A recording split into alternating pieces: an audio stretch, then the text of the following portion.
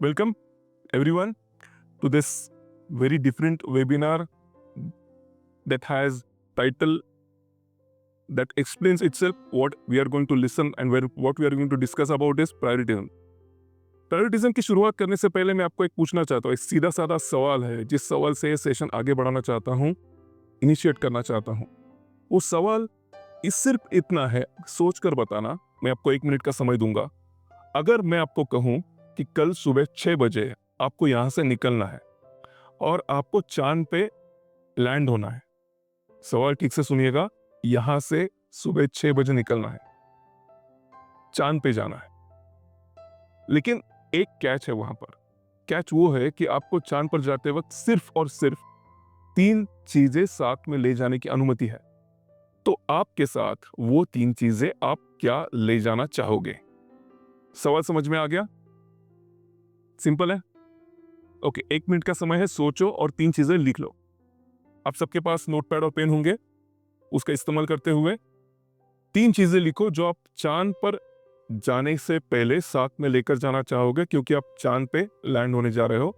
चांद पर जाते वक्त कौन सी 3 चीजें साथ में लेकर जाना चाहोगे? एक सिंपल सी बात है। अगर हम जंगल में हैं, फॉर एग्जाम्पल आप इमेजिन करो कि अगर हम जिम कॉर्बेट नाम के एक जंगल में हैं, उस जंगल में आपके साथ कोई गाइड नहीं है, आप अकेले हो।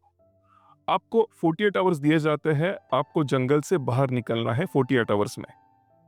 आपको क्या चाहिए? आपको घड़ी चाहिए या आपको कंपास चाहिए? ओके, सो डायरेक्शन आपको समझ में आने के बाद आपको अगर पता है किस तरफ जाना है और किस तरफ जाते हुए आपको बाहर निकल जाना है, जंगल से बाहर आना है, ताकि आप वहां जा सको जहां के आपको जाना है, घर आ सको, होटल जा सको, या फिर जंगल से बाहर आकर जहां पर भी आपका प्लान हो जाने का, वो जाने से पहले आपको जंगल से बाहर निकलना होगा और उसके लिए कंपास चाहिए, घड़ी नहीं। और मैं ये आंसर आपसे क्यों पूछा, ये सवाल आपको क्यों बताने के लिए मैंने इंसिस्ट किया, इसका भी जवाब मैं ही देना चाहता हूँ। मैंने कई साल पहले गांधी जी ने एक कोट लिखा था, वो मैंने पढ़ा था। गांधी जी कहते हैं कि in this world everything is enough for everyone's need, but everything is not enough for anyone's grid.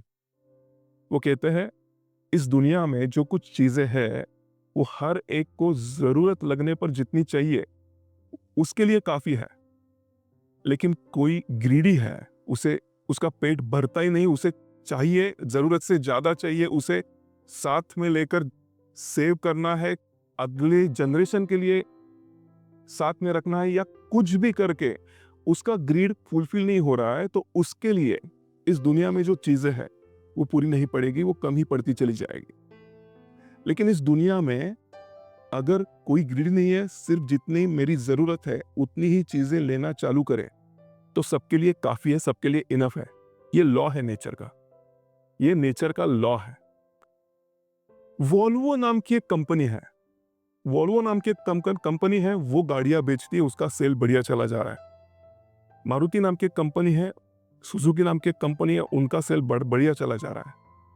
लेकिन वॉल्वो को अगर हम पूछते हैं कि आप आपके व्हीकल का माइलेज क्यों नहीं बढ़ाते, माइलेज बढ़ाने के बाद आपका भी सेल अच्छा हो जाएगा, नहीं, वो कहते हैं कि मेरी जो गाड़ी है वो एवरेज के लिए पहचानी जाएगी, ये मैं चाहता ही नहीं। मेरी गाड़ी सेफ्टी के लिए पहचानी जाए, ये मैं चाहता हूं। आपको पता है वॉल्वो का एक रिकॉर्ड है, वॉल्वो में जितने एक्सीडेंट्स हुए हैं, मैं वॉल्वो की स्पॉन्सरशिप लेकर नहीं बोल रहा हूं, वॉल्वो का फैन बोल रहा है, वॉल्वो में जितने एक्सीडेंट्स हुए हैं अंदर का कोई भी आज तक मरा नहीं है। वॉल्वो की सबसे टॉप मोस्ट प्रायोरिटी है सेफ्टी।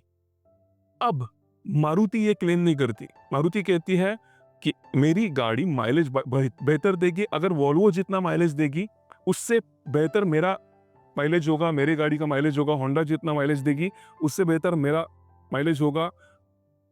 BMW जितना माइलेज देगी उससे बेहतर मारुति का किसी भी कार का, या उसी सेगमेंट का जिस कार की कंपैरिजन आप कर रहे हो BMW के कंपनी के शोरूम के अंदर, उस सेगमेंट की जो मारुति की कार है माइलेज बढ़िया ही रहेगा। BMW status, Maruti mileage, Volvo safety. अगर आपको कार बेचनी है तो आपकी कार सब चीजें देकर बेची नहीं जा सकती। जैसे कि किसी भी एक का लाइफ अगर 60 साल, 70 साल, 80 साल का दिया हुआ है तो 80 साल उसी के लिए दिए हैं ताकि आप आपके लाइफ में एक ऐसी डायरेक्शन चुनो जिस डायरेक्शन पे आप चलते जाओ, और चलने के बाद एक ही चीज हमें करनी है उस डायरेक्शन में जाते वक्त कि खुद की गलतियां निकालनी है और सुधारनी है। खुद की गलतियां निकालनी है, सुधारनी है। अगर आपको एक ही डायरेक्शन में जाना हो, वो डायरेक्शन कौन सी होनी चाहिए? जिस डायरेक्शन में चलते हुए अगले 20 साल 30 साल लॉक इन पीरियड होगा, और अगले 20 साल 30 साल चलते हुए आपको ही आपकी गलतियां निकालनी है और सुधारनी है। एक बार वो डायरेक्शन तय हो जाए तो उस डायरेक्शन के लिए 80 साल, 70 साल, 40 साल, 50 साल की जिंदगी काफी है। अगर हमें लगता है मेरी जिंदगी कम है तो आपको प्रायोरिटिज्म फिनोमिना समझ में नहीं आया। प्रायोरिटिज्म मतलब ये है कि आपकी जिंदगी अगर एक डायरेक्शन में चलानी हो, जिस डायरेक्शन में चलते हुए 20 या 30 साल का लॉक इन पीरियड होगा, तो वो डायरेक्शन कौन सी होगी? जिस डायरेक्शन में चलते हुए खुद की गलतियां हर रोज निकालते हुए खुद सुधारोगे। वो डायरेक्शन आप कौन सी पकड़ना चाहते हो? चांद पर लेकर जाने के लिए अगर ये साइकेट्रिस्ट ये सवाल इसलिए पूछते हैं कि आपके लिए इंपॉर्टेंट क्या है ये पता करने के लिए। कोई भी अगर ये सवाल आपको पूछा जाए, what do you want from life, किसी किसी का ये आंसर तैयार नहीं होता। लेकिन अगर उसे ये पूछा जाए कि आपको चांद पर भेजा जा रहा है, और अगर चांद पर जाना है तो कौन सी 3 चीजें आप चांद पर लेकर जाओगे, तो वो वही चीजें लेकर जाएगा जो उसके लाइफ में उसे मायने रखती है। बढ़िया बढ़िया। तो ये चांद पर अगर आप लेकर जाओगे तो वो चांद पर लेकर जाने के बाद आप वहां पे क्या करोगे, यह सवाल ही नहीं था। आप लेकर जाना चाहते हो, इसमें आपका प्रायोरिटिज्म क्लियर हो गया है कि आप किस डायरेक्शन में आगे बढ़ना चाहते हो। अब ये आगे बढ़ने के लिए आपको एक मैं बात बताना चाहता हूं। After 5 years 6 years down the line, जब हम टूर्नामेंट्स खेलते हैं, हम काफ़ी ट्रॉफी जीतते हैं, काफ़ी मेडल जीतते हैं, काफ़ी मैचेस हारते भी हैं, फिर भी वापस मैचेस खेलते हैं, वापस जीतते हैं। ये हार जीत का सिलसिला चलता जाता है, और एक पॉइंट आता है, जब हमें लगता है कि क्यों मैं ये सब क्यों कर रहा हूँ? मेरे दोस्त है, उनकी शादी हो गई, उनकी बीवी का जो मायके है, उस मायके को हर साल इस जमाई को बुलाया जाता है, बहुत सारा सम्मान दिया जाता है। वो जमाई वहां पे जाता है, कुछ गिफ्ट्स लेकर आता है, मुझे दिखाता है, मेरे ससुर ने ये दिया, मेरे सास ने मुझे कार खरीद के दी। मैं ही ऐसा हूं कि हर रोज 4 घंटे फिटनेस करता हूं, 4 घंटे मैं कोर्ट पे खेलता हूं। मैं ये क्यों कर रहा हूं? कुछ ना कुछ ऐसे डिस्ट्रैक्शंस आगे चलकर आएंगे। उस डिस्ट्रैक्शन को हमें डील करने के लिए सबसे बेहतरीन सॉल्यूशन ये है कि सिर्फ इस वेबिनार को खत्म होने से पहले आपको ये खुद को बताना होगा कि आपकी आइडेंटिटी क्या है। आपकी आइडेंटिटी क्या है मतलब क्या? आप क्या बनते हो जब आप अकेले होते हो? आप खुद से क्या बातें करते हो जब आप अकेले होते हो? आप खुद को क्या समझते हो? फॉर एग्जाम्पल, अगर मैं एक प्रॉब्लम सॉल्वर हूं, मैं प्रॉब्लम सॉल्व करूंगा। कोई भी प्रॉब्लम हो, मुझे सॉल्व करना अच्छा लगता है। और मुझे कल जाकर कोई भी ये कहता है कि यहाँ पे एक प्रॉब्लम है जो सॉल्व करना है, पानी का प्रॉब्लम है या फिर कुछ डिसीज है जो ठीक करना है, और दूसरी तरफ मुझे ससुर ने बुलाया है, वहां पे गिफ्ट्स मिलने जा रहे हैं, तो मुझे आइडेंटिटी प्रॉब्लम सॉल्वर की हो, जिसके कारण मुझे ये निर्णय लेने में 1 सेकंड भी नहीं लगेगा कि मुझे ससुर को ना बोलना है और यहां पर जाना है। ये अगर आइडेंटिटी सेट हो जाए तो डिसीजंस हम डिफॉल्ट मोड पे लेते हैं।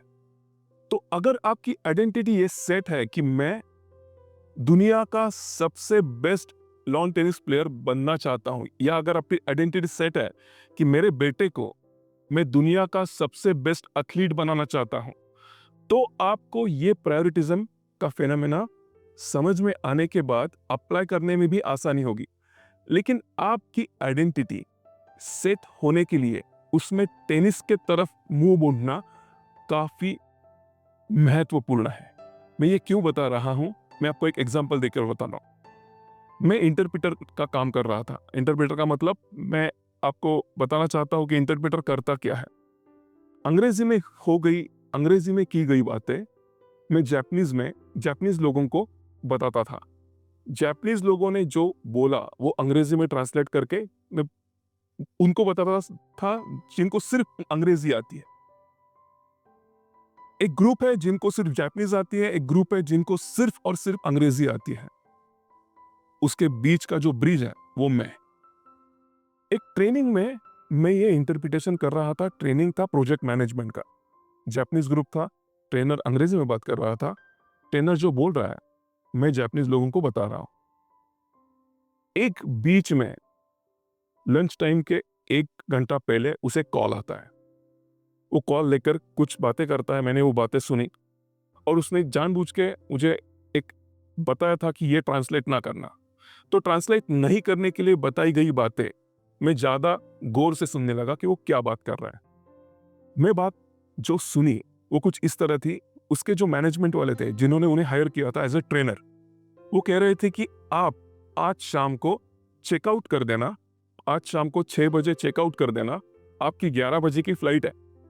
तो 11 बजे की फ्लाइट है, आपको चेकआउट करने के बाद फ्लाइट मतलब एयरपोर्ट तक जाने के लिए आधा घंटा काफी है। लेकिन 6 बजे का चेकआउट तक ही हमने पेमेंट किया है। तो आप 6 बजे आप छोड़ देना होटल और आप कहीं पर भी रेस्टोरेंट में बैठ लेना और वहां पे खाना खाते हुए, कॉफी पीते हुए आप एयरपोर्ट चले जाना। जबकि एयरपोर्ट जाने के लिए 9 बजे तक उन्हें रेस्टोरेंट में ही बैठना पड़ता। जो ट्रेनर थे एयरपोर्ट जाने तक 9 बजे तक रेस्टोरेंट में बैठना पड़ता। 9 बजे के बाद 11 बजे की फ्लाइट पकड़ने के लिए एयरपोर्ट पे गया तो भी चलेगा कि वो डोमेस्टिक फ्लाइट थी।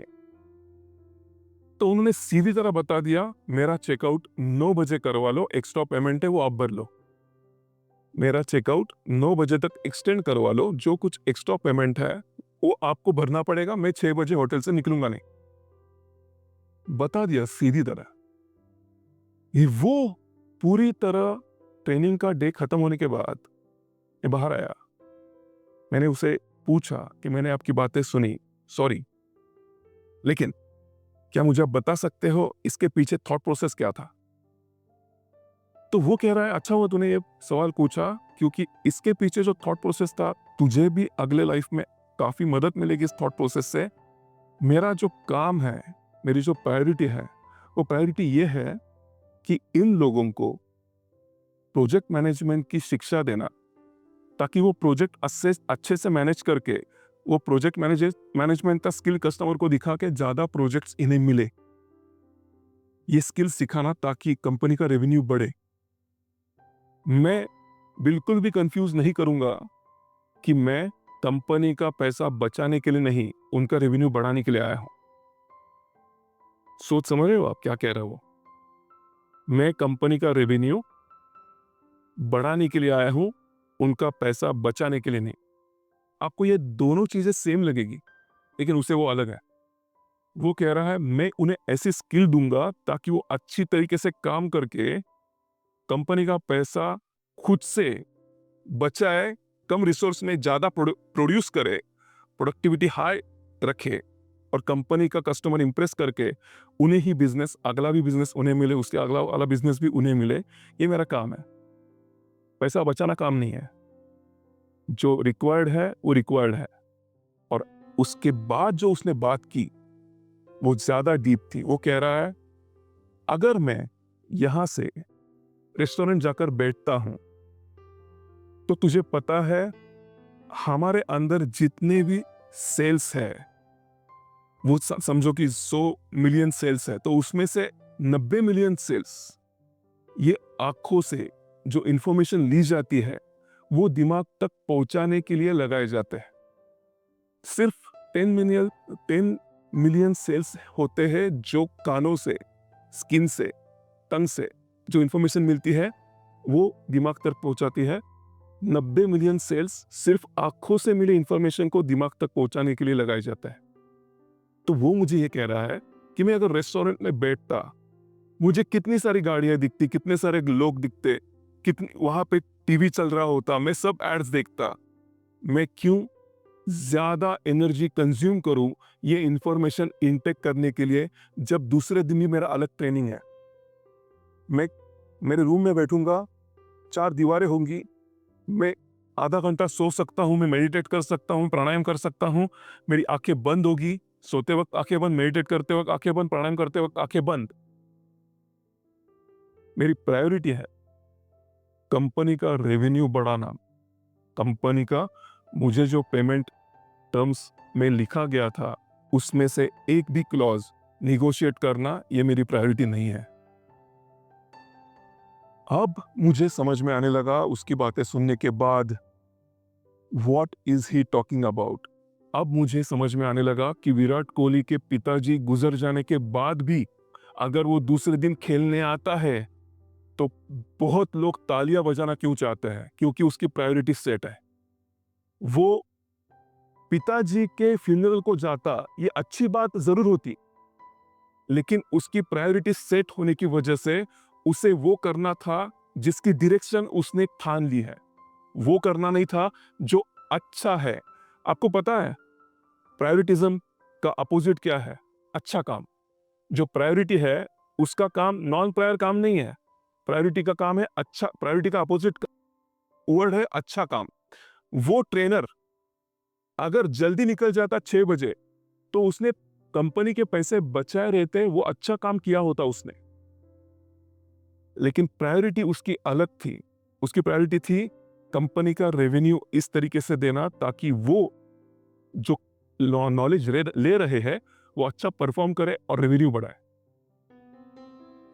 सोचो 6 बजे मुझे चेकआउट करना है और 6 बजे ही मेरा ये सेशन खत्म होने वाला है। ये सोच में अगर वो ट्रेनिंग देता तो उसकी क्वालिटी क्या होती? 9 बजे तक मेरे पास टाइम है, मैं आराम से मेरा नॉलेज शेयर कर सकता हूं, उससे क्वालिटी में डिफरेंस आता है। इतनी सटीक सोच है प्रायोरिटिज्म। ऐसे ही नहीं नदाल को 22 ग्रैंड स्लैम मिलते हैं। नदाल ये प्रायोरिटिज्म का काफी गहरा एग्जाम्पल है। कितनी चोटें लगी, कितनी बार फ्रैक्चर्स हुए, वो फ्रैक्चर से उठता है, वापस अगला ग्रैंड स्लैम लाता है। मैंने ये भी सुना था कि शायद ये माइकल फेल्प्स के बारे में सुना था कि उसे एक इंजरी हुई थी हाथ की, ओलंपिक्स था 8 महीने में, लेकिन डॉक्टर ने बताया 2 साल तक ये खेल नहीं सकता। कोच ने सुना और उसने कहा सिर्फ मुझे ये बताओ, अगर सर्जरी की जाती है, थेरेपी नहीं सर्जरी की जाती है, तो कितने दिन के बाद वो खेल सकता है? तो डॉक्टर ने कहा सर्जरी के बाद 4 महीने। तो उसकी सर्जरी की गई, लेकिन सर्जरी के दिन तक वो पानी में उतरकर पैरों का इस्तेमाल करके तैरता, हाथ का इस्तेमाल जीरो। ये है प्रायोरिटिज्म, ये उसकी प्रायोरिटी सेट है, उसकी प्रायोरिटी सेट है। स्विमिंग, नदाल की प्रायोरिटी सेट है, कितनी भी चोटें आए। टेनिस, क्या मैं आपको पूछ सकता हूं, अगर आपको एक तरफा यहां पे टेनिस दिया जाए और एक तरफा यहां पे कुछ भी और जो आपको सबसे पसंदीदा चीज है, वो समझो मोबाइल है, जंक फूड है, फैंसी वॉचेस है, वो मिलने के लिए किसी पार्टी में, किसी रिलेटिव के यहाँ, किसी शादी में बुलाया जाए, तो क्या आप चूज करोगे? मुझे बताना नहीं है। उससे आपको प्रायोरिटिज्म का निश पता चलेगा कि प्रायोरिटिज्म ये सेट करने के लिए है कि मैं ऐसे वक्त पर क्या निर्णय लेता हूं, वो बताएगा कि मेरे लिए प्रायोरिटी क्या है। और वो प्रायोरिटी क्या है वो कैसे पता चलेगा? मेरी आइडेंटिटी क्या है? Am I the best player in the world? Am I the best player in India? Am I the one who is patriotic plus tennis player India has? आपकी आइडेंटिटी क्या है? आपकी आइडेंटिटी क्या है? उस आइडेंटिटी के मुताबिक आपकी प्रायोरिटिज्म का डायरेक्शन सेट कर लो, कंपास लगा लो और चलते बनो। हर रोज एक ही काम करना है, हमारी गलतियां निकालनी है और हमें सुधारनी है। यहाँ तक सबको समझ में आ गया है? क्लियर? ओके।